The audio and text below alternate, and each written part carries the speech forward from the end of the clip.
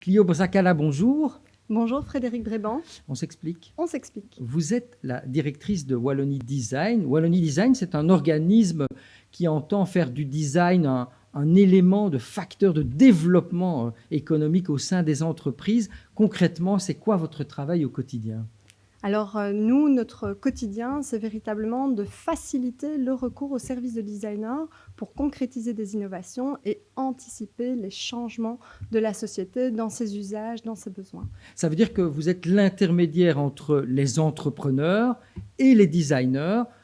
Vous les mettez ensemble en sensibilisant le monde de l'entreprise, en lui disant que le design peut être une valeur ajoutée pour l'entreprise ? Tout à fait. Ça ne s'arrête pas à la sensibilisation, sinon ce serait bien trop simple, malheureusement. Donc il est important de sensibiliser. Pour sensibiliser, on montre à des entreprises, quelle que soit leur taille, quel que soit le secteur, l'impact du design, la valeur ajoutée du design.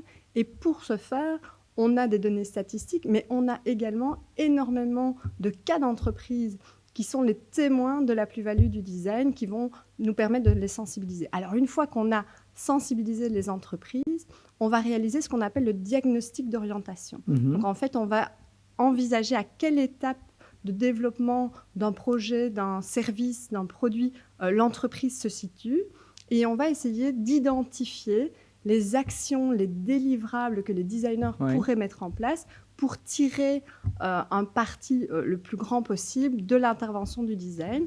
Et puis après, on va les mettre en contact avec une série de designers qu'on va identifier, des professionnels.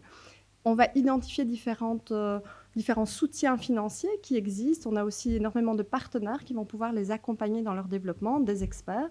Et on espère qu'on pourra eux-mêmes les valoriser pour qu'eux-mêmes fassent partie de nos outils de sensibilisation. D'accord. Donc, mais le design, c'est très large. Ça veut dire que ça peut être, je revois mon logo, je revois le packaging de mon produit, je refais mon site web, j'aménage mes bureaux, je développe un showroom. Donc, c'est là que vous intervenez. Si moi, je suis un entrepreneur et que j'ai envie de faire appel à vos services, vous allez m'éclairer sur ces différentes facettes du design. Oui, donc déjà, il faut savoir que le design, c'est le métier du designer. Comme la médecine, c'est le métier du médecin. D'accord. Et donc, le designer, en fait, dans tous les métiers que vous venez de citer, il va mettre en place des actions pour répondre à 3 grandes valeurs. C'est la désirabilité, donc ce que vous développez suscite un intérêt, une usabilité, c'est la faisabilité, on va parler de faisabilité technique, de contraintes, d'accès au marché, et c'est la viabilité. Et la viabilité, elle est économique, bien entendu, c'est l'objectif de l'entreprise qui va faire appel à un prestataire qui soit extérieur ou engager un designer en interne, mais il y a aussi la viabilité environnementale. Et ça, c'est vraiment le gros défi à mettre en place, c'est vraiment montrer toutes les stratégies de circular design que les designers peuvent mettre en place, principalement dans le secteur du design de produits, bien entendu, pour aider l'entreprise à performer. D'accord. Pour nos téléspectateurs, je suis patron d'une brasserie, j'ai ma bière fétiche avec le même packaging depuis des années, je trouve que ça a un peu vieilli, je voudrais la redynamiser, je peux faire appel à vos services, ça va me coûter combien ? Alors, vous pouvez faire appel à nos services et déjà, je vous féliciterai d'avoir réfléchi à ce positionnement et à envisager de nouveaux possibles. Vous pouvez faire appel à nous. Nos services, pour le moment, sont gratuits parce qu'en fait, on bénéficie de soutien de la Wallonie et des fonds européens structurels. Et donc, on va venir dans votre entreprise, on va dresser ce diagnostic et on va essayer d'identifier avec vous les meilleures étapes, les personnes les plus indiquées, les soutiens financiers, si vous souhaitez. Oui, parce qu'on peut se faire aider, c'est important de le souligner. Si je suis entrepreneur, vous allez déjà m'éclairer gratuitement, j'aurai peut-être une aide financière, mais à la fin, je vais quand même payer le designer et évidemment tout le développement. Bien entendu, travailler avec un designer, c'est un investissement sur lequel il va falloir miser, qui va parfois avoir des effets de retour sur investissement très positifs, mais qui nécessitera aussi des investissements supplémentaires. Si vous travaillez avec un designer industriel et que vous allez développer un nouveau boîtier, une nouvelle technique, votre chaîne de production va fatalement être impactée. Mais à terme, vous aurez un retour sur investissement. Vous avez des exemples concrets d'entreprises wallonnes qui sont passées par vos services, qui ont changé le packaging ou leur logo ou leur site internet avec des effets très concrets, chiffrés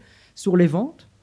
Alors, il y en a. Le design, c'est très difficile de mesurer l'impact du design parce que les impacts, ils vont être sur la réduction des coûts, sur l'augmentation des marges, sur l'accès à de nouveaux marchés.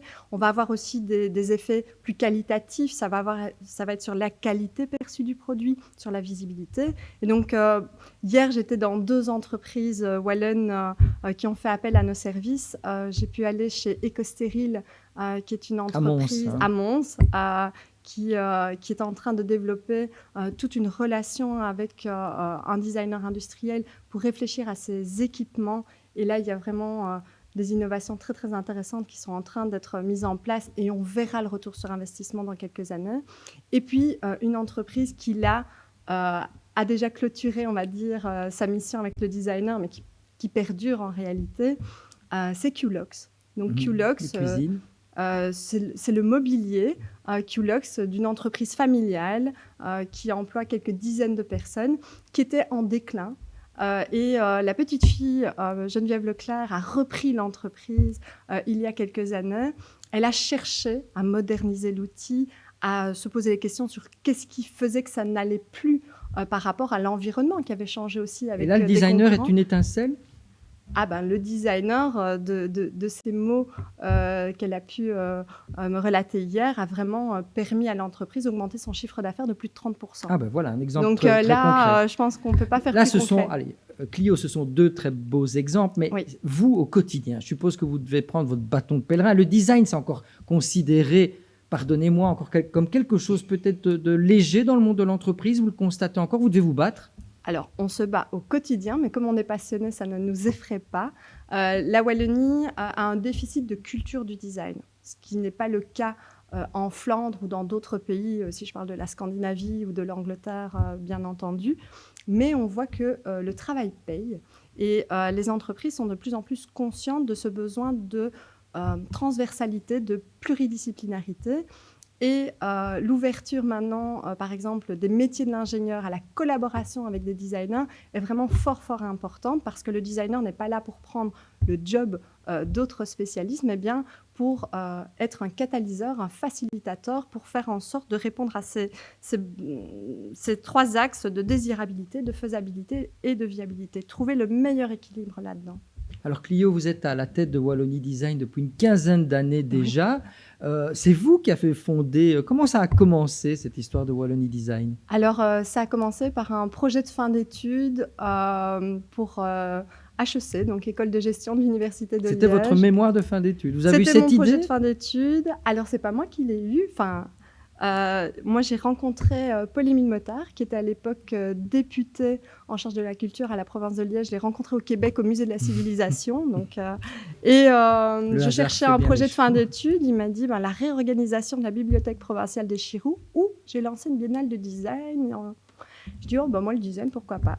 Et donc, finalement, mon analyse m'a permis de constater que le design était avant tout développé et promu pour l'aspect du design d'auteur. Donc, c'est le designer qui va imaginer des objets liés à l'habitat, des lampes, des chaises, des tables, mais tout l'aspect économique, le design de communication qui va permettre d'avoir une nouvelle identité visuelle qui fera transparaître davantage vos valeurs, vous permettra d'aller sur de nouveaux marchés, le design industriel, d'espace, etc., ou le design de service, n'était pas assez soutenu.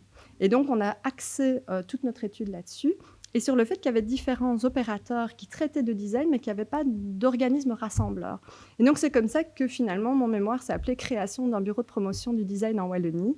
Et on est allé frapper à la porte du gouvernement et du ministre de l'époque, Jean-Claude Marcourt, qui était ministre en charge de l'économie, qui y a cru et qui a soutenu la création. Et maintenant, on a véritablement la confirmation que le design au service de l'économie est une chose très importante. Vous avez commencé toute petite, si j'ose dire, peut-être seule. Là, aujourd'hui, vous êtes combien au sein de Wallonie Design ? Alors, j'ai commencé toute seule. Aujourd'hui, on est 12 personnes, 10 équivalents temps plein, affectés à différents projets, sur différentes missions.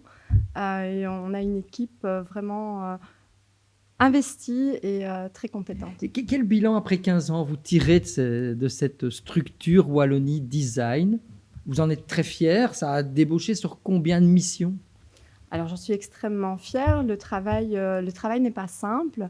Nous avons réalisé un peu plus de 1200 entretiens face à face avec des entreprises, mais aussi des designers, parce qu'il faut que les designers soient aussi soutenus, renforcés dans leurs compétences, accompagnés pour prester ou développer leurs propres produits.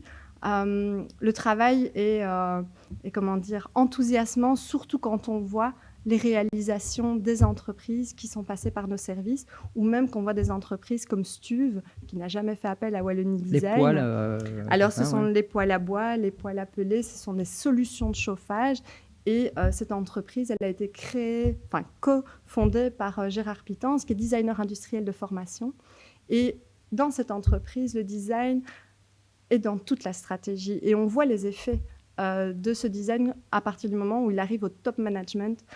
Et le design dans les boards et les conseils d'administration, ce n'est pas encore la plus grande qualité en Wallonie, mais il faut vraiment... ça commence à percoler, mais si je comprends bien, il vous reste encore beaucoup de travail à faire. Il nous reste énormément de travail à faire et les défis environnementaux sont un énorme challenge et le design peut véritablement contribuer.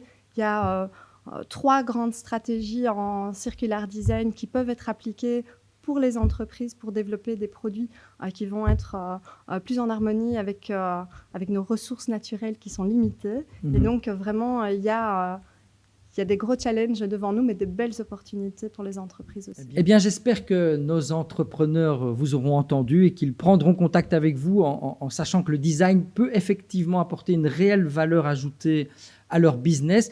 Clio, où est-ce qu'on peut trouver des informations et entrer en contact avec vous? Un site internet peut-être? Sur notre site wallonidesign.be. wallonidesign.be. J'étais ravi de vous accueillir sur le plateau de On s'explique. Clio, on se retrouve la semaine prochaine avec un autre invité. Au revoir.